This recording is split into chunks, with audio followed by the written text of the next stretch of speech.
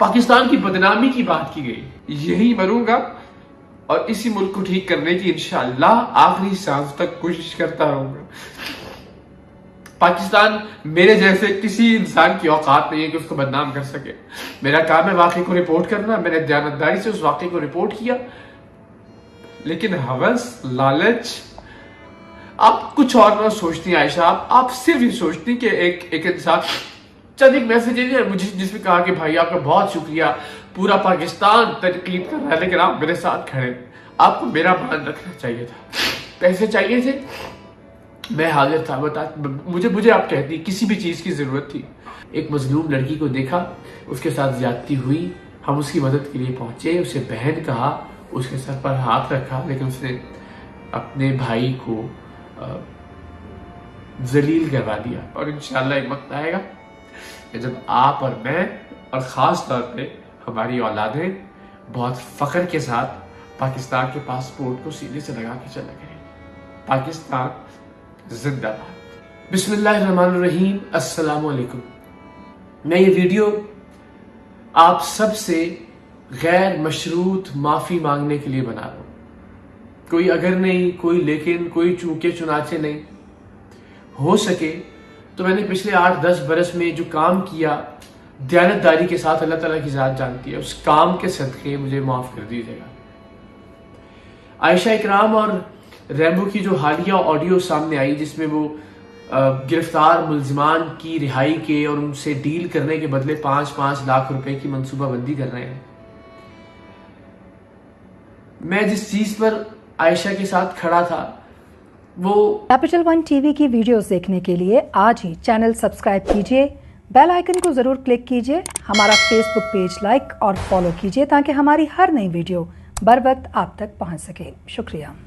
वो लम्हा था जब उसके साथ बदतमीजी, बदतहजीबी की गई, जब उसके कपड़े फाड़े गए। बाद में भी उसकी कुछ झूठी सच्ची वीडियोस जब सामने आई तो भी मेरा ये ख्याल था कि उसका किरदार उसके अल्लाह का मामला है, मगर जो उसके साथ हुआ वो जुल्म था। मगर अब वो खुद जालिम बनने की मंसूबाबंदी कर रही है कि आप एक गरीब, झूठा या सच्चा जिसे आपने गिरफ्तार करवाया है, और यकीनन आप झूठे लोगों को भी गिरफ्तार करवाएंगे ताकि ज्यादा से ज्यादा पैसे समेटे जा सके, तो उन लोगों से आप डील करने की बात कर रहे हैं। मुझे कतन अंदाजा नहीं था कि मैं एक ऐसी लड़की के साथ खड़ा हूं। पूरी कौम मुझे समझाती रही, बहुत सारे लोगों ने मुझे बुरा भला भी कहा, मेरी फैमिली के लोग, मेरे दोस्त, लेकिन मुझे लगता था कि नहीं, एक मजलूम लड़की है, उसका किरदार अपनी जगह, मगर उसके साथ जो कुछ हुआ वो गलत हुआ। और मैं डटा रहा अपने तई उस बात को सच तस्लीम करते हुए। मैंने एक लफ्ज भी आयशा के खिलाफ नहीं बोला, मैंने एक लफ्ज भी उन वीडियोस पर नहीं कहा जो उसकी वीडियोस बाद में मंजराम पर आती रही कि उसका जाती किरदार है। मगर ये मामला अब करप्शन की हदूद में दाखिल हो गया, अभी मामला जुल्म की हदूद में दाखिल हो गया। ये लोग खुद उस ऑडियो में कह रहे हैं कि जो लोग गिरफ्तार हुए वो गरीब लोग हैं, 5-5 लाख से ज्यादा नहीं दे सकेंगे। बदकिस्मती है कि आपको सोचना चाहिए था कि कम से कम एक इंसान, मैं यासिर शामी, हम आपके लिए, आपकी आवाज बनने के लिए, आपको इंसाफ दिलाने के लिए हम बहुत सारे लोगों की तनकीद बर्दाश्त कर रहे हैं, हम बहुत सारा क्रिटिसिज्म बर्दाश्त कर रहे हैं, लेकिन आपने बदकिस्मती से उसका मान नहीं रखा। मैंने जो बहन कहा, मैंने जो सर पे हाथ रखा, उसका मान नहीं रखा। और इस ऑडियो के हवाले से चूंकि मैं ज़ाहिर दोनों से मुलाकात की है, मैंने आयशा इकराम से भी मिला हूँ, मैं रैम्बो से भी मिला हूँ, मैं जानता हूँ कि ये ऑडियो बिल्कुल जेन्युइन है। सो मैं एक बार फिर आप सबसे माफ़ी मांगता हूँ।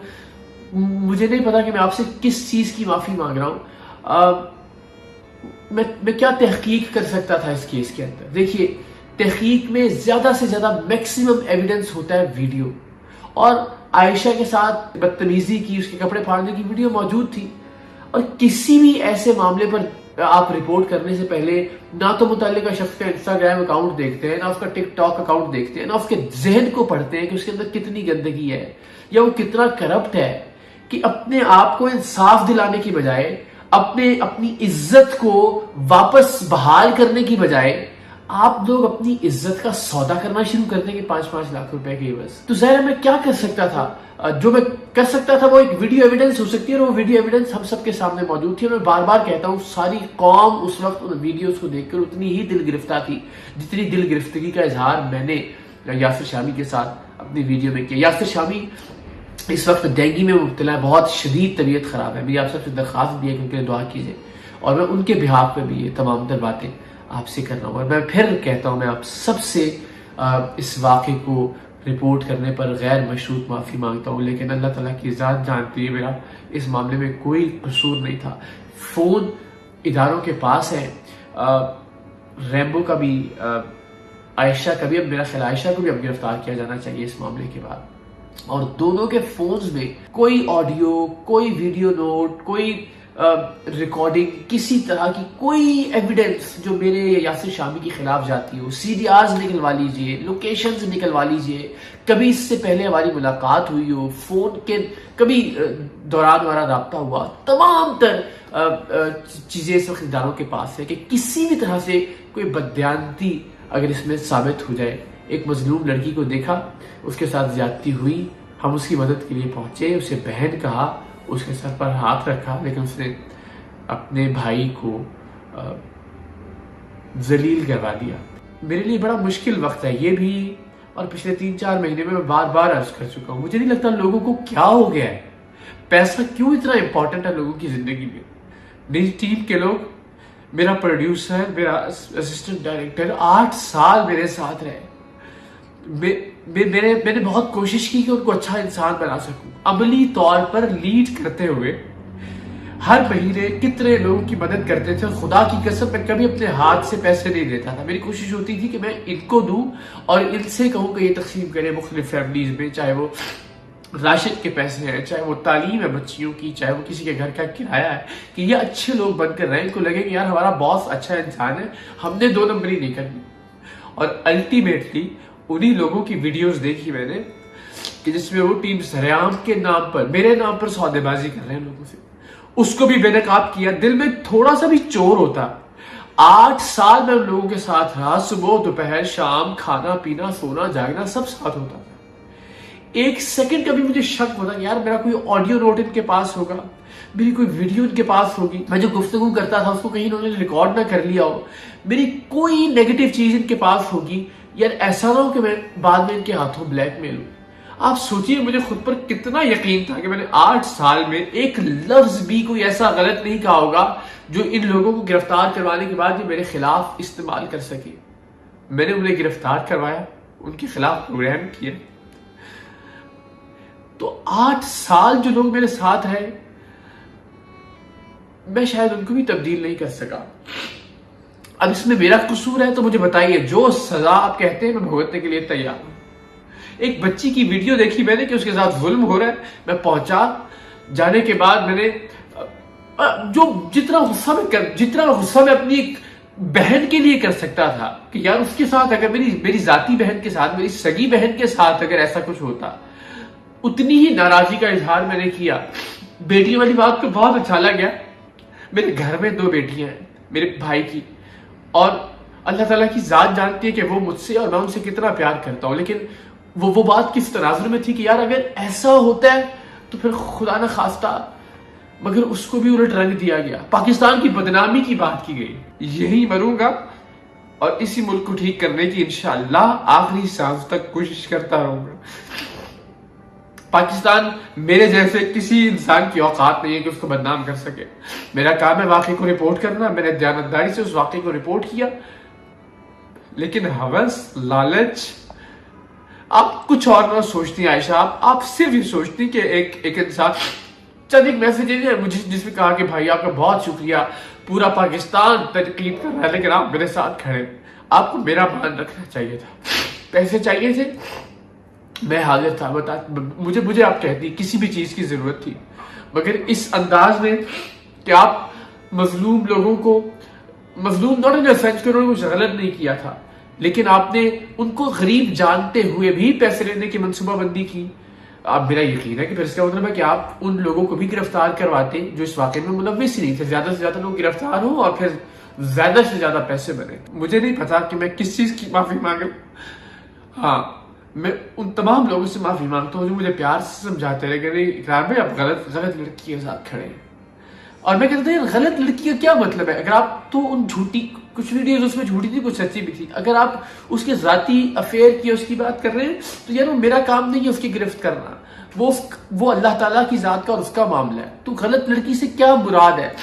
मैं उन सब लोगों से माफी मांगता, बिकॉज किरदार एक अलग चीज है।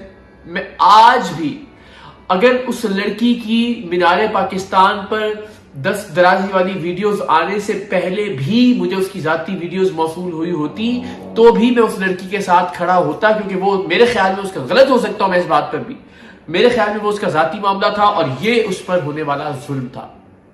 मगर ये ऑडियो जब सामने आई कि जिसमें रैम्बो और ये दोनों अब आपस में लग रहा है बहुत दुश्मनी है, लेकिन उस ऑडियो में कुछ ऐसा नहीं लग रहा है कि दोनों एक दूसरे के बिल्कुल साथ है और दोनों पैसे बनाना चाहते हैं। सो ये पैसों की हवस अल्लाह जाने कितने लोगों को बर्बाद करेगी। आयशा, अल्लाह ताला आपको सलामत रखे। मैंने आपको बहन कहा था, मगर शायद जिंदगी में ये पहला मौका होगा कि मैं इस टाइटल को आपके साथ अपनी जिंदगी में कम से कम नहीं जोड़ना चाहूंगा। फिर भी आपके लिए बहुत फायदा हुआ। अल्लाह ताला आपको हिदायत दे, अल्लाह ताला आपको राह रास्त पर लेकर आए। मैं फिर एक बार पूरी कौम से माफी का तलबगार हूं। हो सके तो जो छोटे मोटे काम मैंने पिछले 8-10 बरस में किए, और इसमें भी अल्लाह की कसम मेरी कोई बददियानती नहीं थी, और ये इल्जाम मुझ पर बिल्कुल नहीं लगना चाहिए कि इसमें खुदा ना खास्ता अपने मुल्क को बदनाम करने की कोई कोशिश थी। पाकिस्तान के साथ मैं हूं, पाकिस्तान के साथ मैं हमेशा रहूंगा। अगेन मैं रहूं ना रहूं, आप रहे ना रहे, इस मुल्क को हमेशा रहना है इंशाल्लाह। इस मुल्क को हमें अपने बच्चों के रहने के काबिल बनाकर जाना है। इस मुल्क को हमने इंशाल्लाह और ज्यादा तरक्की देनी है। इस मुल्क को हमने और अजीम और काबिल ताजीम बनाना है। अल्लाह ताला आप सबका हामी और नासिर हो। मेरे लिए भी दुआ कीजिएगा। मेरी टीम ने मेरे साथ जो किया, उसके बाद मैंने बहुत सारे कुछ फेजेस देखे, और ये वाकया कि मैं खुद को मजबूत रख सकूं, अपने आसाब को सही समत पर गामजन रख सकूं, मजबूत रहते हुए पाकिस्तान की खिदमत जारी रख सकूं। जो टीम सरेआम का इनिशिएटिव है, अल्लाह करे कि उन नौजवानों को हम एक मुस्बत काम पर लगा सके। उन्हें दौलत की इस दौड़ से, लालच से, हवस से हम दूर रखें। दौलत कमाना बुरी बात नहीं है, लेकिन इस अंदाज से, इस तरीके से कि आप किसी पर जुल्म करें, आप करप्शन करें। मैं फिर कहूँगा कि बड़े बड़े लोगों ने करप्शन की, हुक्मरानों ने, पाकिस्तान का कोई कुछ नहीं बिगाड़ सका। आयशा की क्या मजाल, रैम्बो की क्या औकात, या मेरी क्या हैसियत कि खुदा न खास्ता पाकिस्तान के लिए हम कुछ बुरा कर सकें। ये चमकता दमकता रहेगा इंशाल्लाह, इसका परचम सरबुलंद रहेगा दुनिया में, और इंशाल्लाह एक वक्त आएगा कि जब आप और मैं और ख़ास तौर पे हमारी औलादें बहुत फ़ख्र के साथ पाकिस्तान के पासपोर्ट को सीधे से लगा के चला करेंगी। पाकिस्तान जिंदाबाद। कैपिटल वन टीवी की वीडियोस देखने के लिए आज ही चैनल सब्सक्राइब कीजिए, बेल आइकन को जरूर क्लिक कीजिए, हमारा फेसबुक पेज लाइक और फॉलो कीजिए ताकि हमारी हर नई वीडियो बर वक्त आप तक पहुंच सके। शुक्रिया।